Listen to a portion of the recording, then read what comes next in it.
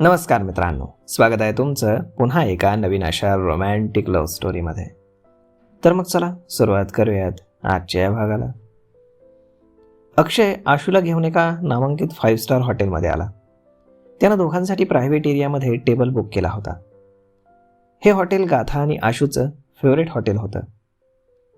अक्षय, आज काही खास आहे का? खास म्हणजे? तुम्ही मला इथे घेऊन आलायत म्हणून विचारलं. तुम्हाला माहीत आहे, हे माझं आणि गाथाचं फेवरेट हॉटेल आहे. आम्ही आमच्या फ्रेंड्ससोबत नेहमी इथेच यायचो, आशू बोलली. फ्रेंड्स म्हणजे त्यामध्ये डॉक्टर देवांश पण आले ना?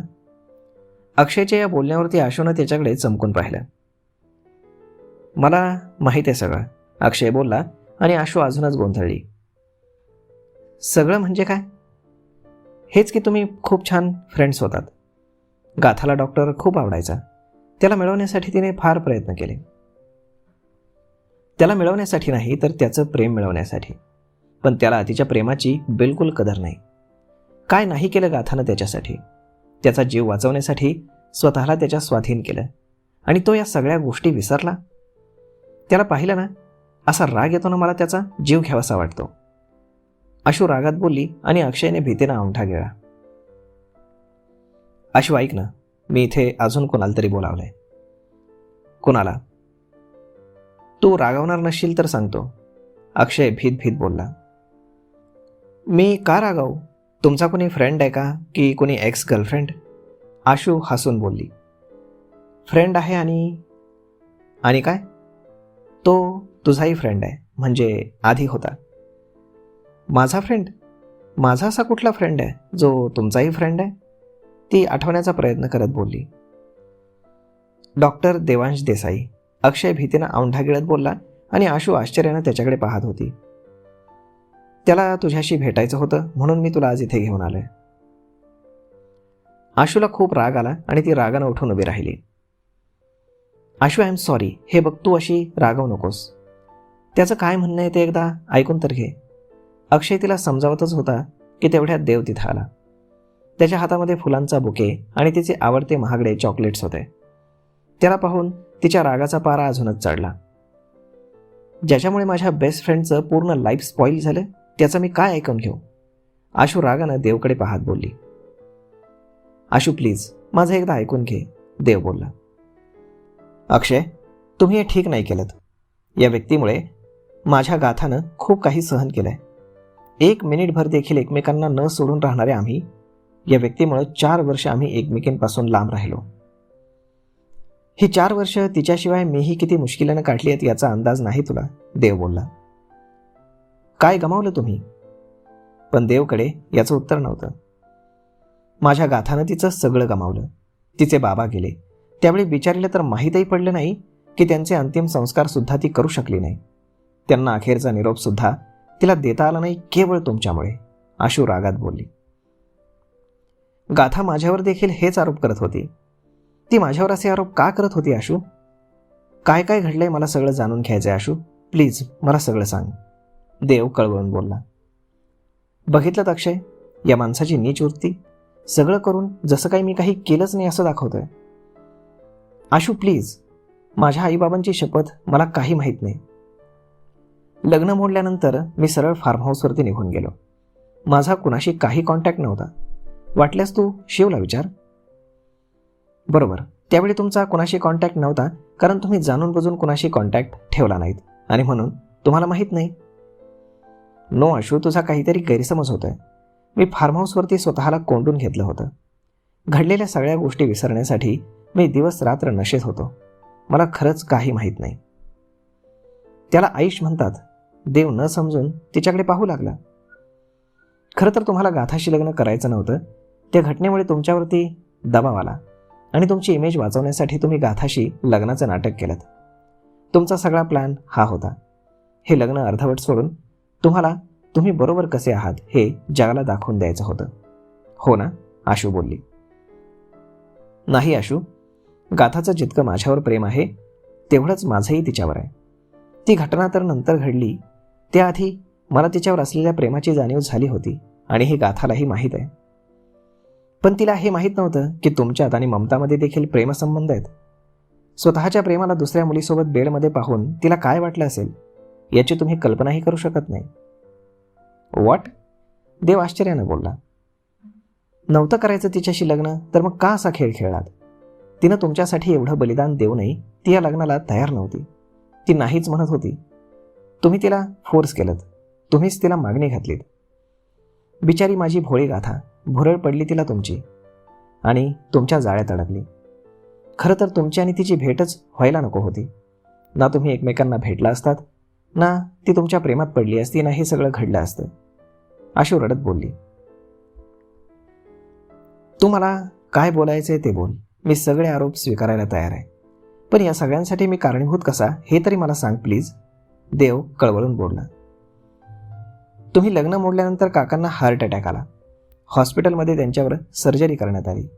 ते ठीक देखील होत होते, पण तुमची ती क्लिप व्हायरल झाली आणि सगळं संपलं.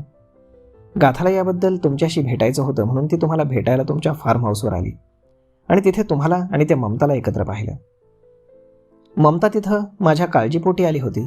तू समजतेस तसं आमच्यात काहीच झालं नाही. गाथाचा फार मोठा गैरसमज झालाय. मी गाथाशिवाय कधीच कुठल्या मुलीच्या नजरेत पाहिलं नाही. जवळ जाणं तर फार लांबची गोष्ट आहे. ममताने स्वतः तिला तुमच्यात असणाऱ्या संबंधांबद्दल सांगितलंय आणि फार्म हाऊसवरती तिनं प्रत्यक्षात तुम्हाला पाहिलं होतं. ती तुटली आतून. ती तिथून निघाली आणि रस्त्यात तिचा ॲक्सिडेंट झाला. कुणाला काहीच माहीत नव्हतं की तिच्यासोबत काय झालंय, ती कुठे गेली. तुमचा व्हायरल झालेला व्हिडिओ काकांनी पाहिला आणि ते हा धक्का सहन करू शकले नाहीत आणि ते गेले. सगळं संपलं होतं. जीजू तिला शोधत होते. हॉस्पिटलमधून फोन आला तेव्हा तिच्या ॲक्सिडेंटबद्दल कळालं. 10 दिवस गाथा कोमात होती. त्यामुळे काकांना ती अखेरचा निरोप देखील देऊ शकली नाही. सगळं तुमच्यामुळे झालं देव, सगळं तुमच्यामुळे.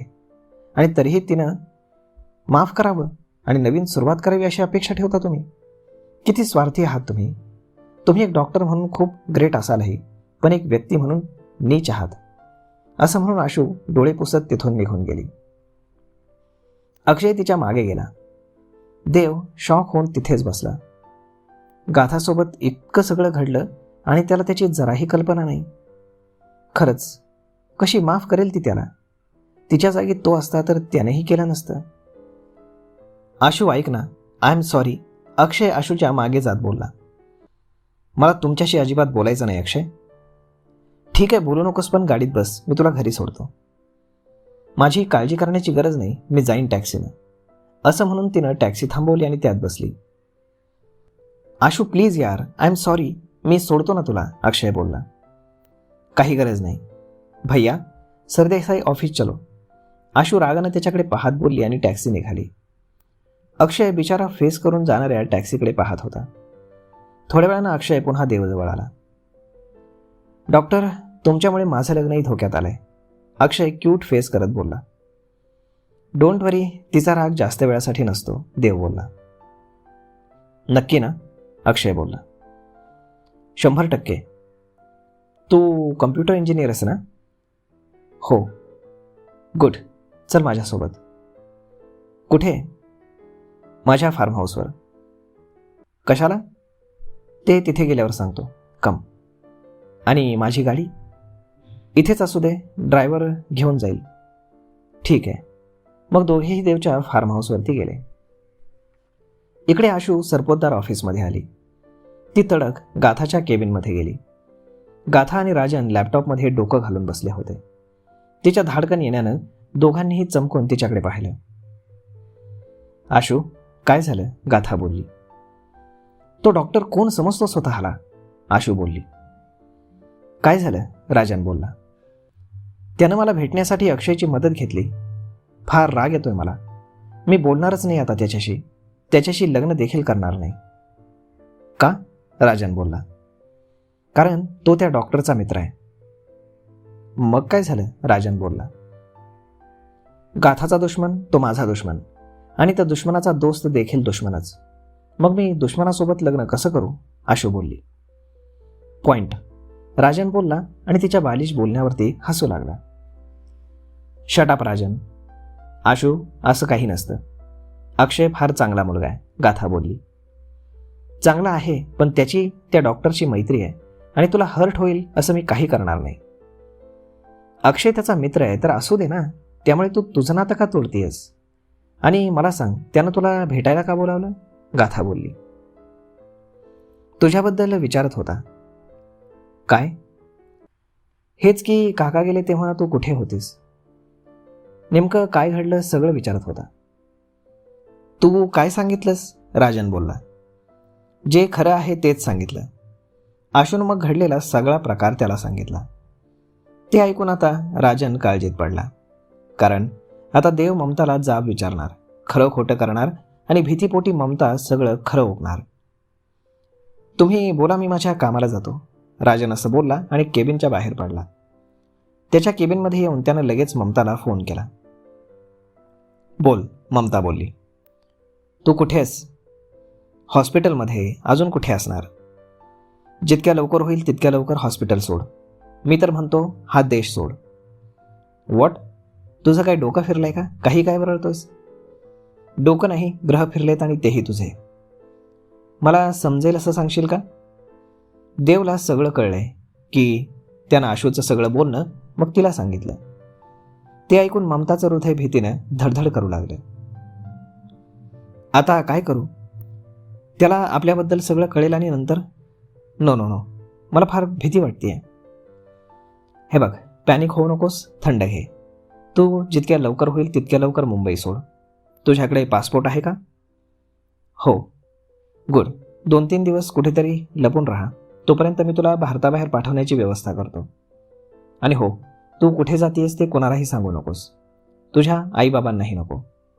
मला तेवढा मेसेज कर, म्हणजे मला तुला एअरपोर्टवरती आणण्यासाठी ड्रायव्हर पाठवता येईल. ठीक आहे, मी लगेच महाबळेश्वरला जाते. तिथे माझी मावस बहीण आहे. गुड. भारताच्या बाहेर जाण्यासाठी मी तुला पुण्यावरनं तिकीट बुक करून देतो, राजन बोलला. चालेल, ममता बोलली आणि फोन कट झाला. तिचा फोन कट होताच राजनने अजून एक फोन कुणाला तरी केला. हॅलो, एक फोटो आणि गाडी नंबर पाठवतोय. गाडी मुंबईवरनं महाबळेश्वरकडे जातीये. संधी साधून गाडी दरीत कोसळली पाहिजे, असं म्हणून त्यानं फोन कट केला. सॉरी ममता डार्लिंग, महाबळेश्वरवरून तुला थेट धगात जायचंय. Bye bye. देव तुझ्या आत्म्याला शांती देव. देव. राजन क्रूरपणे हसत बोलला. आशू, तू त्याला ग्रीशाबद्दल तर सांगितलं नाहीस ना? गाथा काळजीनं बोलली. वेडी आहेस का? मी ग्रीशाबद्दल त्याला कसं सांगेन? हे आपलं सिक्रेट आहे, आपल्यातच राहील. थँक्यू. आणि आता तू अक्षयवरती रागू नकोस. फ्रेंड म्हणून त्यानं असं केलं असेल. कदाचित त्याला आमच्याबद्दल माहीत नाही. हो, पण तरीही काही दिवस मी त्याच्याशी बोलणार नाही. चूक केली आहे, शिक्षा तर मिळायलाच हवी. आणि अशा रुसव्या फुगव्यानं प्रेम वाढतं असं म्हणतात. पण लिमिटमध्ये रुसा फुगा, टम होऊ नका. गाथा बोलली आणि त्यावरती दोघेही खो खो हसू लागल्या. इकडे देव आणि अक्षय त्याच्या फार्म हाऊसवरती आले. Wow, nice place. अक्षय आजूबाजूचा परिसर पाहत बोलला. थँक्स, कम. देव बोलला आणि मग दोघेही एका रूममध्ये गेले. CCTV कॅमेऱ्याची कंट्रोल रूम होती ती. आतापर्यंत त्यानं कधीच फुटेज चेक केलं नव्हतं. आज पहिल्यांदाच तो या रूममध्ये येत होता. आपण इथे का आलोय? अक्षय बोलला. 4 वर्षांपूर्वीचे CCTV फुटेजेस चेक करायचेत. जमेल तुला? बापरे, ते डिलीट झाले असतील ना? अक्षय बोलला. माझ्याकडे सगळा डाटा असतो. रोजचे फुटेज यामध्ये ऑटोमॅटिक सेव्ह होतात, परंतु याचा पासवर्ड माझ्या लक्षात नाही. देव टेबलवरती असणाऱ्या कम्प्युटरकडे पाहत बोलला. ट्राय करूयात, असं म्हणत अक्षयनं कम्प्युटर ऑन केला. पण तो पासवर्ड मागत होता. त्यानं काहीतरी कोडिंग टाकलं आणि 10 मिनिटांच्या आतमध्येच कम्प्युटर हॅक झाला. देव आश्चर्यानं त्याच्याकडे पाहत होता. तुम्ही माणसांचे डॉक्टर, तसा मी कम्प्युटरचा डॉक्टर, अक्षय भुवया उंचावत बोलला. बट इट्स इलिगल, देव बोलला. तुमचं काम करायचे का नाही? अक्षय डोळे बारीक करून त्याच्याकडे पाहत बोलला. हो, चेक करा. डेट? मग देवनं त्याच्या लग्नाची तारीख सांगितली आणि तिथून अक्षयने फुटेज चेक करायला सुरुवात केली. 2-3 तास डोळे फोडून पाहिल्यानंतर त्यांना मनासारखं फुटेज मिळालं आणि ते पाहून देव रागानं लालबुंद झाला. आशूने जे काही सांगितलं ती प्रत्येक गोष्ट खरी होती. ममता गाथाच्या आधीच फार्म हाऊसवरती आली होती. देव नशेत होता आणि त्याचा फायदा घेत तिनं तिचे कपडे त्याच्या आजूबाजूला बेडवरती असे टाकले की जे पाहून कुणालाही गैरसमज होईल. तिनं देवच्या पाठीवरती तिच्या ओठांचे लिपस्टिकचे निशाण सोडले आणि सेक्सी गाऊन घालून तिथे वावरत होती. गाथा आली आणि दोघींमध्ये काहीतरी बोलणं झालं. गाथा बेडरूममध्ये आली आणि देवला तसं पाहून शॉक झाली. त्या दोघींमध्ये पुन्हा काहीतरी बोलणं झालं आणि गाथा रडत तिथून निघून गेली. My god, she is very smart, Akshay बोलला. And she pay for this. सोडणार नाही मी त्याला. तो रागात हाताच्या मुठी आवळत बोलला आणि त्याच वेळी त्याच्या फोनवर शिवचा फोन आला. हॅलो, कुठे आहेस तू? फार्म हाऊसवरती. लगेच नाही का? काय झालं? सगळं ठीक तर आहे ना? ममताचा ॲक्सिडेंट झालाय. व्हॉट? देवच्या पायाखालची जमीन सरकली आणि तो एकदम शॉक झाला. ती महाबळेश्वरला जात होती आणि गाडी दरीत कोसळली, शिव बोलला. आय एम कमिंग, देवनं फोन कट करत सांगितलं. काय झालं? अक्षयने विचारलं. ममताचा ॲक्सिडेंट झालाय. व्हॉट? अक्षय गोंधळून बोलला. आपल्याला निघायला हवं, देव बोलला आणि दोघेही तातडीनं पुन्हा मुंबईकडे निघाले. तर मग मित्रांनो, आता ममता वाचेल का? पाहूयात पुढच्या भागामध्ये. आणि वाचली तरी ती सगळं सत्य सांगेल का? Hope so. तर आजचा हा भाग, ही लव्ह स्टोरी तुम्हाला कशी वाटली हे तुम्ही आम्हाला कमेंट करून नक्कीच सांगा. आणि जर आवडली असेल तर आपल्या जवळच्या मित्रमंडळींसोबत देखील हा व्हिडिओ तुम्ही शेअर करायला विसरू नका. धन्यवाद.